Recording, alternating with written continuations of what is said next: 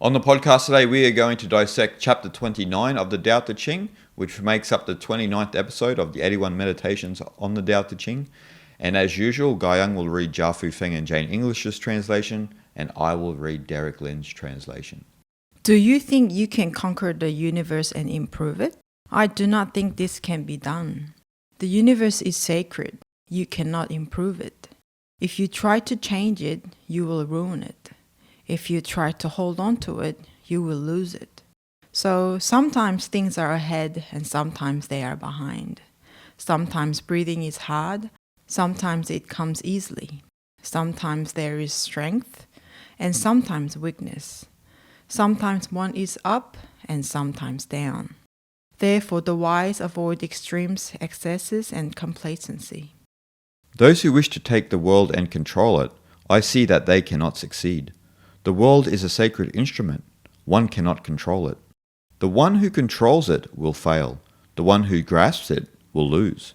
Because all things either lead or follow, either blow hot or cold, either have strength or weakness, either have ownership or take by force.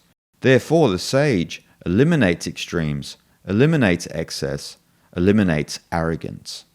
So this chapter tackles the pitfalls of control itself, Yes. and this tendency that we have as individuals and also as collective societies to try and dominate the world and trying to force our agenda and opinion on other people, as if we are the ones who have access to the divine knowledge itself. But the point of this chapter is that the Tao is imbued within nature naturally, and this is what the sacred instrument is. It does not need to be improved upon by human beings. It's perfect as it is. Yes. And here, a lot almost attacking like our human behavior of trying to conquer and improve things. Conquer and improve things that are like cannot be done, really.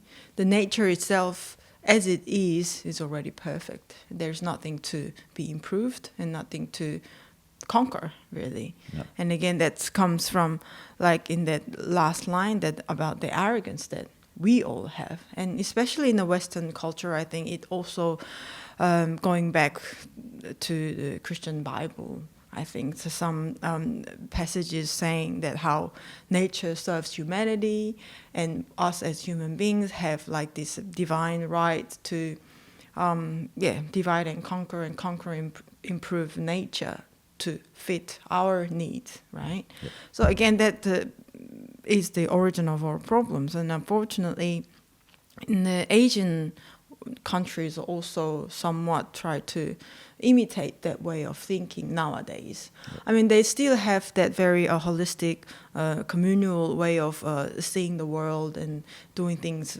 together and whatnot.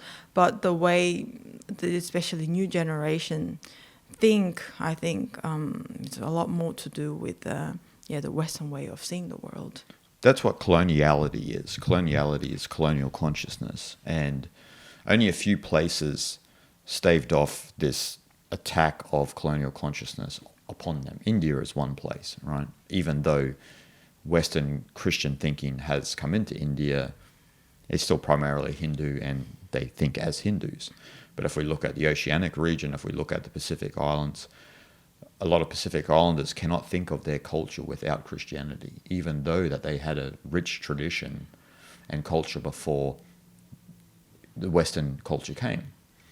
And so, Christianity is a good example of this. And as you said, in the Bible, written into the Bible is this conversion mentality where we should go around the world and convert others because of this doctrinal privilege we've written into our sacred book that justifies our cause, justifies our violence on other cultures, Yes. whether physical or psychological violence or psychological imperialism, which is what it basically is, right? It's an undermining of other cultures.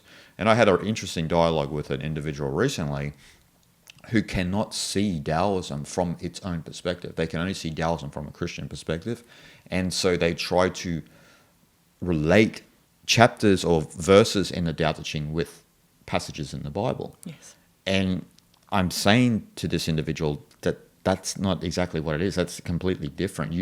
You're looking at words such as heaven in the English translation of the Tao Te Ching, and you're relating it to heaven as in the Christian heaven, which they're not talking about that. The whole concept of heaven and earth in Tao Te Ching is completely different than heaven in Christianity. And so you see this warping of Eastern knowledge because of this infiltration of Western thinking, coloniality, Yes. which a lot of Westerners don't understand this, but a lot of the ways that they think is still influenced by Christianity. It's not influenced by just Western cultures in and of themselves, the pagan traditions before Christianity came in. And let's be frank, a lot of people thought that when Christianity came into Rome, for example, they thought that everyone accepted it, lock, stock. And it was like, no, that's not the case. There was a lot of violence, a lot of bloodshed, and it took a long time to indoctrinate the people with that tradition. And so, as you mentioned, within the Bible, there is this distinction between human beings and nature itself, where nature serves us as if a servant or a slave, and we are propped up on a pedestal.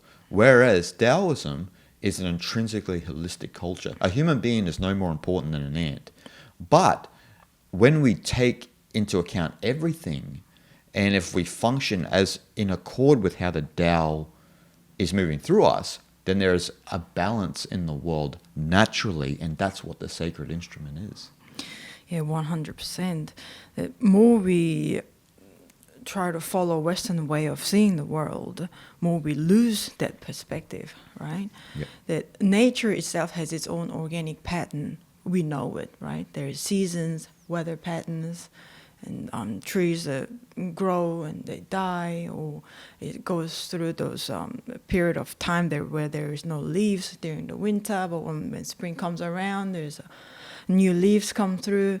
There's all these organic pattern which just functions in itself without any like us trying to do something with it, right? Yep. And I think that applies the same way to a society as well, and even our individual life as well. It has its own organic pattern, Yep. but we're always trying to do something with it, right? Yep. And that's when everything goes wrong. That's when all the problem begin to Yep. happen, right? So that's what we need to remember. And again, with the Christian way of thinking, a lot of people nowadays, they claim themselves as like an atheist. They don't believe in God. They don't believe in religion and whatnot. Yeah, that's all well and good. But what we need to also understand is that whether they, whatever they want to claim themselves, call themselves, that way of thinking is very deeply embedded in our even subconscious level, I think. That coloniality applies in the culture as well. Why do we all embrace Western culture over, let's say, Indian or Nepali or the Asian culture, Exactly. which maybe a lot of people have no idea. Why? Because of that. Exactly. Because of that influence of coloniality, and that, again, that idea comes from Christian way of thinking, Yep. the hierarchical way of society and hierarchical way of seeing the world as well. Yep. We think of like a up and down way, not the horizontal way, right? Yeah, that's right. So that way of perception also has come from a Christian way of thinking, and for some reason we accept it. We don't question it. No. And that's actually what's destroying the world. Ecological problems, divisions amongst cultures and this and that. Cultures that get annoyed by other cultures imposing their own traditions upon them, as you mentioned with India, where you have Christians going into India undermining Hindus, saying that they're going to hell for being non-believers of Christ. So their version of God is that God put billions of Hindus in this part of the world, which were quite culturally isolated from Christianity, just so that they can burn in hell for eternity. That doesn't sound like a God that most people would want to be a part of. And obviously, it's an illogical story that people should not consider. That's an illogical belief to believe that, and that's a violent belief to actually believe. So you want a certain section of the world to burn in eternity to hell because of their beliefs, because you are the number one culture, because of European culture being number one and other people not. And so, as you said with coloniality also, even if people are atheist, they still are indoctrinated a little bit with Western culture. And so, for example, this distinction between humans and nature gives birth to this idea of inevitable progress. And so you have this idea of inevitable progress but the progress is dependent on Western culture. As you were saying, why is it that Western culture goes around the world indoctrinating everyone? It's their version of inevitable progress. And so this idea, because it's a subtle idea too, is that you think that you can improve upon the world. Not that the world is perfect as it is. You think that you can improve upon the world. Yeah. And Zhuangzi made a lot of fun about this, because even within Confucian times, because Confucius himself had a little bit of that sort of dominant mindset where he was trying to force a certain socio-political economic system upon the people. And so he had this idea of improving upon the world. He actually thought that in improving upon the world, that's what actually evokes the Tao. And that's utterly ridiculous when we look at the philosophy of Zitran in Taoism. And Zitran means self-so of its own nature, or organically of itself. And so you have Zitran, this naturalness that we all have, that the Tao has endowed all of us with. But we neglect that as human beings. We forget about it. In the Tao Te Ching, they're constantly talking about forgetting about the Tao, and we fall into this alignment with inevitable progress where we think that we can improve upon the world. Yes. And what we are doing is destroying the world because of that belief. Yes. Look at how we treat nature. Look at how we treat ourselves. It's utterly ridiculous. Yes.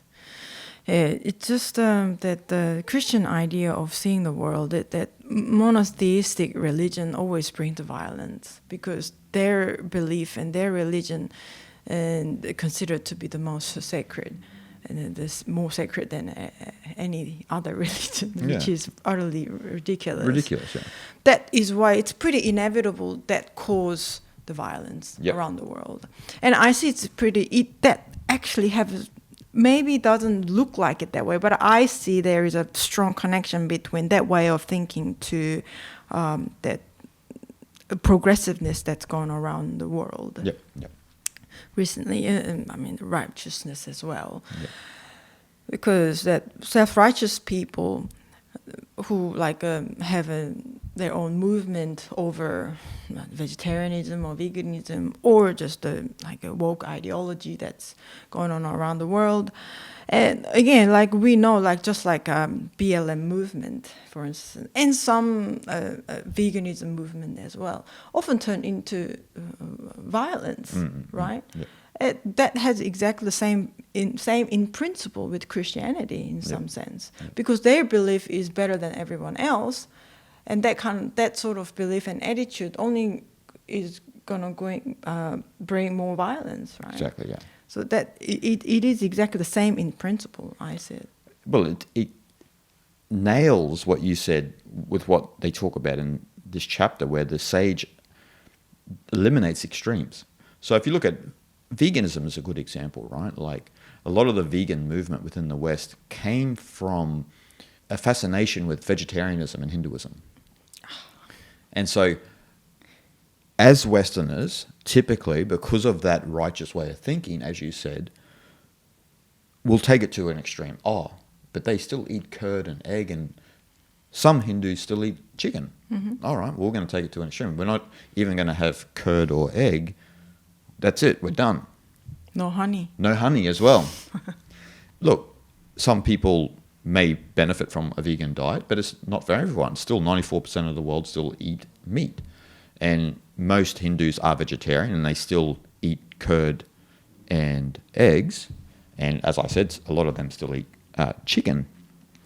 But you can easily pull apart these extremist movements and these fanatical movements, because this is the point, right? Lao Tzu's saying, we address social problems and then we take it to an extreme. So, okay, we have a problem with the meat industry. It's in a pretty bad shape. The the farming of meat and that is terrible, like the way it is. So we'll take it to an extreme. We'll all become vegan, which then we have to destroy forests around the world, thousands of years old forests, just to have soybeans and this and that. And you're killing all sorts of life to create these farms. So then the argument becomes, well, what life is more important than the other, you see? And so Lao Tzu is saying it's just about following nature itself. And so what is natural for humans to follow? Not about destroying the Amazon to grow soybeans for our impossible burgers. And so, and again, in pulling apart that sort of argument, where veganism and Christianity are very the same, is, as I said, where the Hindus were culturally isolated from Christianity, so they're going to burn in hell for all time. What about the Inuits in North America who mainly eat meat, who are culturally isolated from the rest of the world, who live in the snow and can't, grow all these vegetables and this and that? Or what about the Maasai in Tanzania who live mainly on meat because they are in a part of the world where vegetation is not as thriving as certain other parts in the world, like say in Europe, in colder areas. And so they have to depend on eating goats and so forth and so on. So these two cultures are inherently evil according to a vegan because they don't have access to a Whole Foods with all of the trendy superfoods that are current at the time. So do you see how ridiculous it is? Yeah. We need to keep our heads about ourselves when we get into righteousness and this and that. And we do this with everything. Like, we will try to tackle racism with an extremism, for example, that goes in the opposite direction and is in the same way is racist. And so there is no middle ground because we lose our way because of this Western Christian way of thinking of extremes and righteousness, where, as you said, because you are an Asian person, you grew up in Asia, born and bred, you guys are brought up in a much more holistic environment, even though you've got this imposing figure of coloniality being impressed upon your culture. You know this well and good from coming from Korea, where Korea is naturally Neo-Confucian and Buddhist, but then Christianity has come in and pushed itself onto people, and then you get, as they say in Korean, Saibi versions of Christianity. Yeah, it's just a bit weird how it had become in Korea, the strong kind of fundamental Christian people, and they're mixing with the Korean oppression and depression and all this social pressure that lies on people, that mixing with the Christian belief and turning into some sort of savior religion where people go in a huge, like 20,000 people sitting auditorium, and everyone is like going a bit mad. It's a bit They're losing themselves. Pretty much, yes. Yeah, it's a bit disturbing, isn't it? Yes. But, to stick to the point, is that's what can happen when a different culture comes in and is not born and bred on that land, but has the doctrinal privilege of saying, well, if you don't join us, then you're going to burn in hell for eternity, because we're cutting the world up into believers and non-believers. Yes. And Rajiv Malhotra nails this in his wonderful book, Being Different, that I highly recommend people to read, where he had many experiences in America when he was teaching in university in America, and he would see other professors and this and that involved in interfaith dialogue. So the concept, of all religions getting together and the harmony of religions, which is a beautiful thing. But the problem from the Abrahamic side of the room, the Abrahamic religions, is they would, and Rajiv did a lot to try and address this. And there obviously is a lot of frustration from his side because they would use the word, we tolerate other religions. So, you tolerate someone, you know what I mean? It's Putting up with it. You're putting up with it. So, yeah, we tolerate that there are Buddhists and Taoists and Hindus and Zoroastrians and whoever. And Rajiv said, we need to change this language. This language is like sort of undermining. Like, even if myself as a Hindu, he said, if I'm using this, if I'm just tolerating a Christian, that's not very nice. Yes. So we need to change this to, I have mutual respect. But the Abrahamic faiths would not agree to it. They would not, because of the doctrinal knowledge that, no, Christ is the only way. And then, obviously for Islam and Judaism it's different as well. Like, so they would not have mutual respect for the other religions. And so from the other side of the room, particularly because a lot of the Indian religions are pluralistic, and when you have pluralism, that means you love and accept everyone. And, it's great. Okay, it's great. The Abrahamic faith, it's wonderful that you follow that path. But please have mutual respect for us as well. Yes. And don't push your beliefs onto us as well. But that's where the sticking point came, see? That's where that righteous mentality really, it stoked that fire, and they would not, no. We don't want to have mutual respect for Hindus or for Taoists. Again, that kind of attitude, we all know it breeds more violence, more separation in the world, and that's the problem. And again, people have to realize even the way people are used to think, the way they are used to think, is also come from that kind of place. So it has to be, yes, mutual respect. What I believe is good, what you believe also good. Like, again, has its sacred values in each different religions, and we need to respect that. That's where we can all come together in harmony. Yeah. And Lao Tzu's warning us against that mentality in this chapter. He's saying those who meddle in the affairs of others will ultimately fail. And this is not just some sort of off-the-hand comment, because when we look into history, all have failed. Those tyrants, those religions, and so forth and so on, who have tried to meddle in the affairs of others have failed. In different ways, they have failed in trying to impose their view.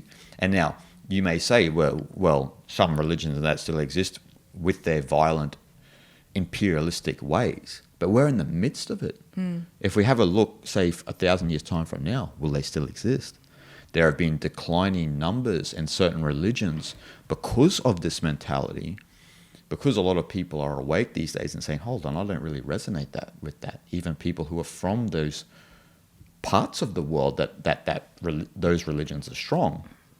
And so the point here is that when you begin to meddle in life, you're going against life. That's the point. You're trying to control and grasp how it should be. And Wu Wei can be translated as a path of non-interference. Yes. And so you're allowing life to be as it will. You love and appreciate all people and allow them to live how they will. 100%. It's that attitude comes down to your attitude, isn't it? Yep. Like, again, here, this passage, if you try to change it, you will ruin it. Yes. Yep. If you try to hold on to it, you will lose it. Yep. Yes. And that is the truth. And we know it in our own life experience too, right? And our own individual level as well. Yep. We try to something to happen, make it to happen, really try hard, put a lot of effort in, force it. And, often you may achieve it, but you may be very stressed out in the end, or it may bring more problem than what you expected. So in the end, you basically ruin it. So it's it comes down to our attitudes, whether we want to make it harder or easier, really, isn't it? Yep. If you don't want to interfere with things and just let it be and let it work out itself, then it'll be easier on you, right? It'll be what will be while you just remain non-interfering, right? Yep. But if you want to keep forcing it, keep putting a lot of effort in, you make it harder for yourself, and it may not turn out the way things that you want it to be. Yeah. You can't improve on the world. And that's the mentality that we have to actually imbibe, because that's the naturalistic mentality. When we keep thinking we can improve upon the world, we are sort of saying in a subtle way that the world is not perfect as it is. The universe made some sort of mistake, and then human beings came along to address those errors and improve upon it. No, that's not true at all. When you have your naturalistic wu-wei mindset, you understand that you cannot improve on the world. That's just the way it is. You won't improve on the world. It's in improving on the world, as Aldous Huxley mentions in The Perennial Philosophy, we actually destroy the world. Yes. And we're seeing that. It's the irony, isn't it? We're meddling with nature, we're destroying the world. And some say, but it's good for this and good for that. And it's like, yeah, that's all well and good. But how good is that going to be when we are down on our knees as a species?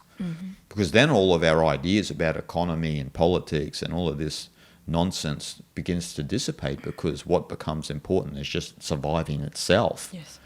And so Lao Tzu has always warned us not to meddle too much with nature and with other people, because once you are out of balance with nature itself, then you will inevitably fail. Yes.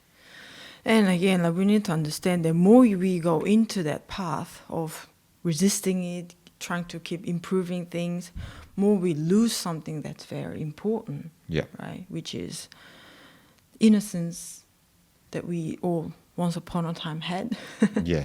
Now it seems like it's been covered with a lot of layers after layers with the conditioning and social values, which is more material based and whatnot. So we lose much more important values such as innocence and practicing loving kindness to each other, which brings humanity together, right? And what we often forget is that in the first part, do you think you can conquer the universe and improve it? I do not believe this can be done. Universe is sacred. And the universe here in Chinese, in actual Lao Tzu's writing, universe or the world in that translation, actually literal translation here meaning that the entire world, entire universe under heaven.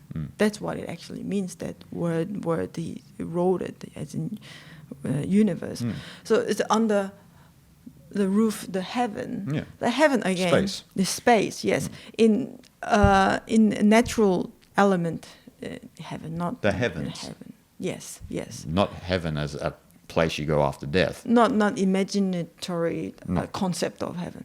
Heaven as in what we see, the earth, the universe, the sky that we see. Exactly. So the universe is sacred. We need to understand it fully, really. Once we understand that the sacredcy of universe that we all live in, there is no me, there is no I, you, all these kind of individualistic concept. There is no longer that kind of concept anymore. And we start trusting that, right? Because we are just a mere human, really. What can we do, really, in the end? Exactly. But that path of inevitable progress stokes the fire of the I, the me, the mine, and that's what causes all the trouble in the world. Where Lao Tzu is saying in this chapter, he's saying, thinking too much of yourself is actually a problem. And that's what this path of inevitable progress does. As you said, we lose something in going down that path. And you and I have experienced this personally because we travel a lot and we've gone to places, say, 12 years ago, and then we've gone to them recently, and that inevitable progress has come in, and those places and those people are beginning to lose their innocence due to that individualistic mindset coming in, where it's a dog-eat-dog world. And the reason why you and I do travel is to get out of the countries we are from, because of that dog-eat-dog world where the people have lost their innocence. And so you go back to the more rural or more real parts of the world to experience that. But people are losing that. Yes. But as you said, the world itself naturally is sacred, and we think we can improve upon that, and it's impossible. Yes. And the remedy to everything we've spoke about, as Lao Tzu mentions, is this kind of path of moderation that we should all follow to get back in touch with that sacred instrument, that divine instrument that the world actually is. It's in simplicity that we touch that we touch the Tao. Not in the path of inevitable progress, not in the path of he said, she said, in dividing the world up into this and that. It's in, as you said, it's in taking the I out of the equation and understanding it's we, not I, it's us, including everything else. Yeah, understanding that the harmony in humanity, isn't it? And when you're mentioning the inevitable progress, and it's interesting what comfortability brings to people's mind, right? We become a little bit complacent and somewhat lazy, right? But because that's why we like uncomfortable places, in a sense, because that brings more human element, I think, because you need to be more resilient, you need to be more patient, and you need to accept things as they are, right? Again, like you said about veganism, vegans and vegetarians keep supporting their idea, but like you said, the people. What about people who live in the North or South Pole, Inuits, where they can't grow food and whatnot? So, understanding actual human life, the climate of human life, and that's also what's important, that to bring people together. Yeah. See, the missing element there is love itself. So if you live with love in your heart, you love and appreciate all people, and you don't walk around judging. See, this is a problem that the person who is righteous don't have, and they don't understand that. They don't actually have love in their heart. They think that their actions is justified because of some certain situation. But I've never met many peaceful activists, ever. They usually have a lot of anger. There are some, right? But the majority are angry, and they don't live with love in their heart. So when they are righteous, they point their gaze around the world with judgment according to how they see the world. But if they had pure love in their heart, they would have then understanding and acceptance. So they would see Inuits and they would say, well, okay, that would make a vegan stop and think then. Right. It should. Yes, it should.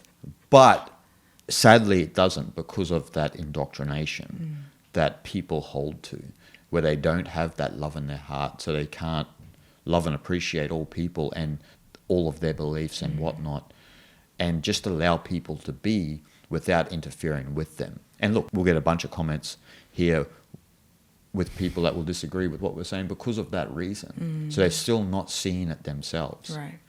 And that's what's sad, that they just don't see themselves in the right light because they're so engrossed in their own righteous perspective of the world. And that's why naturally the world is amoral, and that's why Taoism is amoral, because morality according to who? Because all cultures are different, people think differently and this and that. So who are you to go around and tell people how to think, what to eat, what to do? It's their life, it's their culture. Stop doing that. That's an imperialistic mindset. If you're going around forcing your opinion onto other people, you are a subtle imperialist. You are a few steps away from becoming Genghis Khan, from becoming Adolf Hitler. And so I don't think that most people are like that, but they get so swept up with whatever the moral flavors are of the time. And so they want to join the circus, and then they completely change their character according. But naturally we're all good. Yeah. But we fall prey to whatever the culture, in air quotes, is telling us what is acceptable. Yeah. Well, what culture tells you what is acceptable is actually, it doesn't really matter what culture says. As Terence McKenna said, Yeah, culture is not your friend. Yeah, doesn't matter. It doesn't matter, yeah. And that culture that we're speaking about now is specifically that culture of inevitable progress. It's that Western culture that's kind of subsumed the world and is telling people how to think, what is moralistically correct these days. And we did a podcast earlier in the year about the 3 models of ethics, which I highly recommend people go back and watch. When you start to think, why don't Asian cultures or South American cultures or African cultures do as what the West do? Go and have a look at that podcast and understand the 3 different models of ethics. We won't speak about it here today, but go back and have a look at that and kind of check yourself at the door. Yeah. So with everything we've said, this chapter is basically a warning of where we can go if we keep following that line of thinking and we don't live with moderation. And so it's important that we live simply and with moderation in our lives. With moderation. No extremes. No extremes. Yes. Don't have any extremes. If you catch yourself somewhat being fanatical, you need to check yourself at the door. Yeah. Like, I get you like that. You like that, but it seems that you've become fanatical about it because I can't speak to you in a way where it doesn't trigger you. That means you've become a fanatic. You've lent into extremes. You lost flexibility in your thoughts, isn't it? Yep. And that's actually the dangerous way to be. And again, Lao Tzu and Taoism itself is all about walking on that middle path. Yeah. Don't lose that love in your heart that you naturally have. Once you lose that love in your heart that we all naturally have from birth, then anything can happen and anyone can do anything. As we see, even with the most grotesque tyrant that you can ever conceive of in your mind who has existed, they once were, upon a time, were an innocent child as well. They didn't grow up with that hatred in their heart. They didn't grow up with that fanaticism, with that extremism. They learned that in the environment they were from, the experiences they had as a person, and from falling into a line with this erroneous concept of inevitable progress. Yes. So never lose that love in your heart.